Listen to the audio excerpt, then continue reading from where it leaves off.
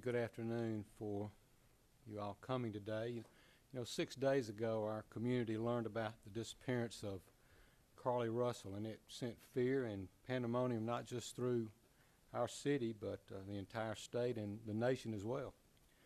The media quickly joined us to get the word out about Carlee. Our community sprung into action, and they organized search parties, arranged prayer vigils, and they took other steps that I'm not even aware of to help in this situation. The Hoover Police Department quickly rallied multiple partner agencies, stopping at nothing to find Carlee.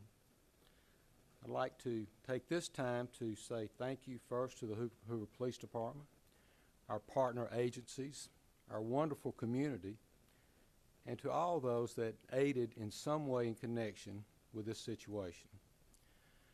As the days have gone on and more information has been shared, we know everyone has questions. The Hoover Police Department is known for being very methodical and thorough with their investigations. For that reason, we did not feel comfortable speaking in detail publicly until now. It is important that we share this information now so that our community can be put at ease. So at this time, I'll turn the microphone over to Hoover Police Chief Nick Dursis. Thank you. Thank you, Mayor. Thank everyone for being here today. Besides me stands the team who played a significant role in this investigation. I want to thank our department, members of surrounding local law enforcement agencies, the FBI, Secret Service, United States Marshals, and ALEA for their assistance in this case. We said from the evening of July 13th, our focus would be the safe return of Carlee Russell. That occurred on Saturday, July 15th, approximately 49 hours after she called 911 and disappeared. From that point, our focus has been to determine Carlee's whereabouts during that time and what exactly took place. Let me say up front, this investigation is not over. We're still working this case, and we'll work in this case until we uncover every piece of evidence that helps us account for the 49 hours that Carlee Russell was missing. However, through the public interest, and in some cases, public fear that this story has generated, we owe it to our citizens to tell them the facts that we have uncovered. So I will give you the facts that we know today. On July 13th, at approximately 8:20 p.m., Carlee left work from a business at the Summit. Surveillance video from her place of employment shows Carlee concealed a dark-colored bathrobe, a roll of toilet paper, and other items belonging to the business prior to her departure. She ordered food from Tzatziki's at the Colonnade and traveled there. She then traveled to Target on 280, where she purchased some granola bars and Cheez-Its. From there, she remained in the parking lot at that shopping center until 9:21 p.m. when she drove to I-459. Carlee communicated on her cell phone with individuals known to her while on her path of travel up to the point of calling 911 at 9:34 p.m. And at this time, we will play the 911 call in its entirety.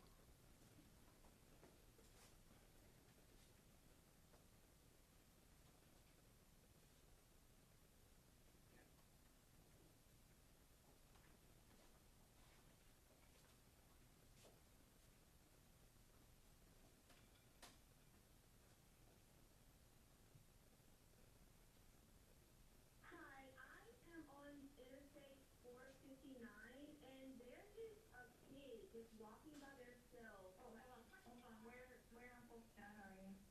I'm right next to the exit 10 by the Hoover Med, like to get off by the Hoover Med. Okay, so you're before that exit? Yes. Okay, and were you headed southbound or northbound? Like towards Tuscaloosa or towards 280? Towards Tuscaloosa. Okay. And what's the child on the right side? On the right side. Were they walking northbound or southbound? They're walking towards Tuscaloosa. Walking southbound? Or how old do they look? Like a toddler, like maybe like 3 or 4. Did you pull over with them? Are you still with them? Yes. Okay, are you with the child right now? No, I'm not. I didn't get out of the car. I can see them though. Do you mind staying and keeping an eye on them until we get there? Yeah, sure, yeah. Okay, what kind of car are you in? I'm in a red Mercedes-Benz. Is it a sedan or SUV? SUV. I mean, it's a sedan, sorry. Can you put your hazards on for me? Yeah, they're on. Okay. Did you talk to the child at all, or did you say anything to them? No. Okay. No. Do they look like they're injured? No, they don't. Are they white, black, Hispanic, or Asian? They're white. Okay. Is it male or female? I think it's a boy, a little boy. White male? Okay. So is he wearing clothes? Yes. Okay. What is he wearing? It's a white t-shirt, and it doesn't look like he has any pants on. It looks like a diaper. And you don't see any cars anywhere? No, no cars anywhere.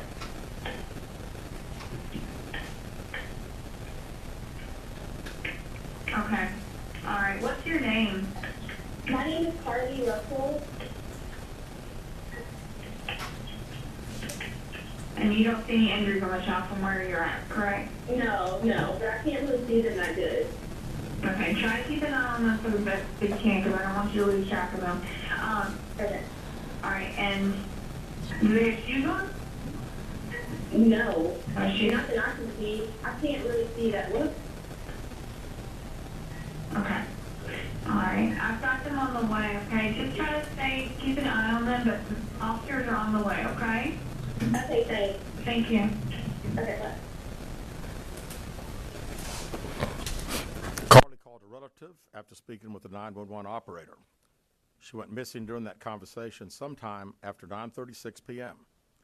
Traffic camera footage was obtained which depicted this portion of the incident, and that footage was analyzed as part of the investigation in conjunction with the 911 call and cell phone data to accurately determine the time frame.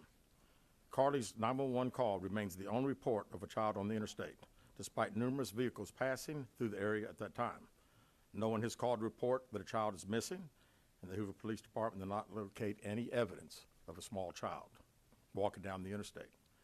Data from Carlee's phone, including her Life 360 app, shows that she traveled approximately 600 yards in her vehicle while she was on the phone with 911, stating that she was following a child. 600 yards. That is 6 football fields straight. 600 yards.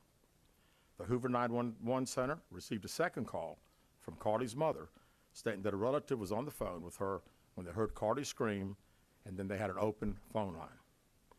Hoover police officers arrived on the scene within 5 minutes of being dispatched, and several other officers arrived shortly. They located Carlee's wig and cell phone in the grass near the vehicle. Her purse was located in the front seat of her vehicle with her Apple Watch in the purse. The food she ordered for Tzatziki's was also in the car.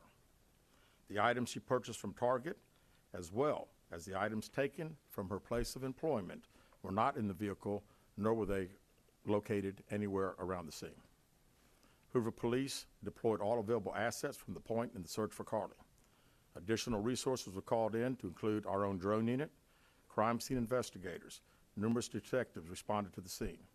Throughout the day Friday, officers from surrounding local and federal agencies assisted Hoover police in the search for Carlee Russell. Officers returned to the scene on 459 to conduct a thorough line search for evidence. K-9 teams from the Jefferson County Sheriff's Department responded to check for any sign of Carlee, the child that she claimed to see, and anything else that could be considered evidence in this case. Those searches all turned up empty. Private citizens, including search parties organized by her family, friends, began looking everywhere that they could to find any trace. These searches took place throughout the day Friday and again on Saturday, yielding nothing. At 10:44 p.m. on July 15th, the Hoover 911 Center receives a call from Carlee's residence stating that she returned home on foot. In subsequent investigations, detectives obtained surveillance footage of Carlee walking down the sidewalk alone prior to arrival at her residence. She was conscious and speaking with paramedics when she was transported to UAB. Detectives were able to obtain a brief statement from her prior to being treated and released. During the statement, she told detectives that while traveling down the interstate, she saw a baby walking down the side of the road and called 911. She stated when she got out of her vehicle to check on the child, a man came out of the trees and mumbled that he was checking on the baby. She claimed that the man then picked her up and she screamed. She stated he then made her go over a fence. She claims he then forced her into a car, and the next thing she remembers is being in the trailer of an 18-wheeler. She stated that the male was with a female. However, she never saw the female, only hearing her voice. She also told detectives she could hear a baby crying. She told detectives the male had orange hair with a big bald spot on the back. She said she was able to escape the 18-wheeler and fled on foot, only to be captured again and then was put in a car. She claims she was then blindfolded but was not tied up because the captor said they did not want to leave impressions on her wrists. She said that they took her into a house and made her get undressed. She believes they took pictures of her, but she does not remember them having any physical or sexual contact. She stated the next day she woke up and was fed cheese crackers by the female. She said the woman also played with her hair, but could not remember anything else. At some point, she was put back in a vehicle she claims was able to escape while it was in the West Hoover area. She told detectives she ran through lots of woods until she came out near her residence. During this interview, detectives noted that Carlee had a small injury to her lip, and she claimed that her head was hurting. She also had a tear in her shirt. Detectives also noted that she had $107 cash in her right sock. Out of respect for Carlee and her family, detectives did not press for additional information in this interview and made plans to speak with her in detail after giving her time to rest. Detectives continue analyzing data from Carlee's cell phone that was left behind at the scene. We enlisted the help of the United States Secret Service in conducting this analysis. Part of what data included several internet searches in the days leading up to their disappearance that I think are very relevant to this case. On July 11th at 7:30 a.m., the term, "Do you have to pay for an Amber Alert?" was searched. On July 13th at 1:03 a.m., the day of her disappearance, the term, "How to take money from a register without being caught," was searched. On July 13th at 2:13 a.m., the day of her disappearance, the term Birmingham bus station was searched. On July 13th, 2:35 a.m., a search for a one-way bus ticket from Birmingham to Nashville was conducted with a departure date of July 13th. On July 13th at 12:10 p.m., a search for the movie Taken, a film about abduction, was conducted. There were two searches related to Amber Alerts on a computer at Carlee's place of employment, including one regarding the maximum age of an Amber Alert. There were other searches on Carlee's phone that appeared to shed some light on her mindset, but out of respect for her privacy, we will not be releasing the content of those searches at this time. We've asked to interview Carlee a second time, but have not been granted that request. As you can see, there are many questions left to be answered, but only Carlee can provide those answers. What we can say is that we've been unable to verify most of Carlee's initial statement made to investigators, and we have no reason to believe that there is a threat to the public safety related to this particular case. Thank you very much. With that, we'll open the floor for some questions. Please raise your hand and I will call on you. Carol. Chief, do you expect any charges against Carlee Russell in connection with the disappearance and in connection with what was taken from the Woodhouse spa? Right now, our focus is to determine those 49 hours, so the investigation continues. So to be perfectly honest with you, that hasn't even entered our mind or been discussed. One more question. Is it surprising to you that the family has not been cooperative in returning to be questioned? Well, I think the family has stated to us that they didn't think that in her mental state right now, because of trauma of the incident, that she's not ready to talk, is what we've been told. Go ahead, sir. Yeah, question for Chief. You stated that the abductor had orange hair. Was this abductor black male? Was it female? Black female? White female? I believe it's a white male. Am I correct by saying that? Was it ever? Yeah, white male. Is this alleged abductor yet on loose in the Hoover area? Don't believe so. Yes, ma'am. Chief Brittany Dion, WBRC. Has a toxicology report been done, and were any drugs or illegal substances found in her system? We have no report of that. Is any indication of mental illness in this case? Not that I'm aware of. turned out not to be a true story, that the next time a young woman of color was missing, that it might not be taken seriously, how would you respond to that? I'd respond to say that we investigate every crime to the fullest, just like we have this one. Was she traveling with anyone, excuse me, was she traveling with anyone since the time she disappeared, to your knowledge? And not to my knowledge. Chief, I know you said you weren't able to verify a lot of aspects of the story. Where do you think she went, and how would you characterize what happened to her? You know, that's the $100 question. You know, we pretty much know exactly what took place from the time she left work until she got on the 911 call, and we can see getting out of the car on the interstate from that footage. And after that, I think she only knows. We don't know. One quick follow-up, her parents. Did you speak with Carlee's parents, and why do you think it is they were so adamant that there was an abductor? Yeah, I think parents are believing what their daughter's saying, and we've had a very good rapport with the parents, met with them on several occasions. I've talked to them today a few times, and to make them understand that we're under pressure from our community, not only in our community of the state, but nationally when the story hit. And I just wanted them to understand that today we were going to have a press conference, and what we were going to detail today are facts. And everything that I've told you today is actual facts. It's not innuendos. It's not what I think. It's not what these detectives think. It is the factual information that we have. Chief, Engineer Officer WBRC, how much time do you think you'll give the family before going back to Carlee for sentencing? Well, I think our detectives have talked to the parents, and we're ready to talk as soon as she's ready. So, you know, she called right now. We're ready. You had one word to describe what went on. What would that be? How about unknown?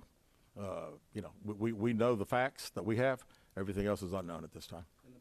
What have the past few days been like for you, your department?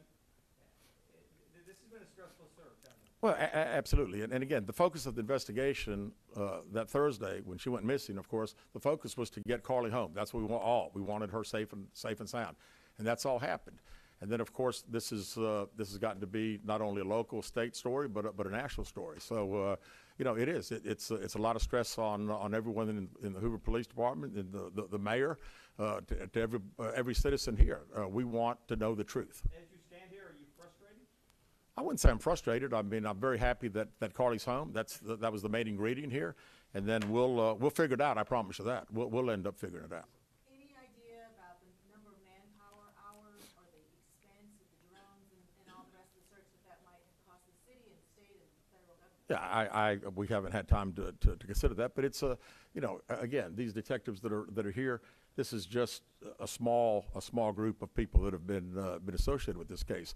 We have put every available resource that we have on this case because we wanted to make sure that we found out everything. We wanted to get her home, and we have. Chief, was there any prior indication of mental health problems?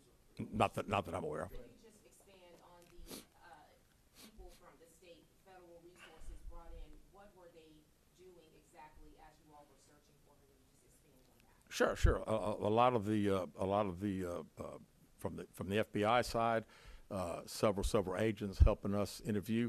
I mean, as you well know, in a case like this, especially when it goes national, we got hundreds and hundreds of calls. And when you get those calls, some of them may just be outlandish, but you've got to follow up on them because you never know that you may get that one tidbit. And I'd also say too that we had a great cooperation with the family. The family received hundreds and hundreds of tips, and every time they got a tip, they sent it to us. Would you say a crime has been committed? No, we have not determined that. No. Keith Mims, WAGG 610 Summit Media. Question for Chief. With all of the searches that you mentioned, Chief, that were on Carlee's phone, does that kind of give you an indication of her mind state during this ordeal, the 48 hours Yeah. that she went missing? Well, you know, again, we want to talk in facts, and I do think it's highly unusual to the day that someone gets kidnapped, that 7 hours, 8 hours before that they're searching the internet, Googling the movie Taken about an abduction. I find that very strange. Yes. Yes. Do you feel confident, your investigators feel confident that you know why Carlee Russell may have done this? No, we do not know. Absolutely not. Chief, can you explain for us, you mentioned that while I believe you said that Carlee was on the phone with 911, she was traveling 6 football fields, which tells you what? Which tells me that I've had kids, and I'm sure a lot of people here have, and it's very, very, again, she said it, and I'm not saying it couldn't happen because I've always been one of these guys, never say never, but 6 football fields. I like athletics, I like football. 6 football fields. To think that a toddler, barefoot, that could be 3 or 4 years old, is going to travel 6 football fields without getting in the roadway, without crying, without any just moving down. It's just very hard for me to understand. Chief, have you used any technology to enhance that video from 459, and did you see a man grab her? We did not see, from what we can tell, we don't see anybody on the interstate other than her car and then someone getting out of her driver's side. We have sent that off to the FBI for enhancement. It has not been returned. Do you think in this case that charges will be forthcoming towards Carlee Russell? And how serious of a crime is it to not only fabricate a 911 call, but to lie to law enforcement during an investigation? Well, again, that's not something that we've been discussed since we're going through the still investigation. But, people have to understand that when someone says something like this, we put every available resource. Everybody comes together from, like I say, state, local, federal. It's just a lot of work, and the gentleman earlier said frustrated. I mean, it is a little frustrating to think that all this has been done and we can't find anything out. Did anyone see her calling in from the side of the road when she made that 911 call? No, not to my knowledge. All right, last question here. Is this investigation held up until you can speak once again to Carlee Russell? Well, there's a few things that we're still doing, but obviously we want to talk to Carlee as soon as we can and do an in-depth interview. And at that time, I think we'll have these investigators doing some other things. So That's all the questions we're going to answer today. We appreciate you guys coming, and we'll be following up with y'all later. Thank you so much.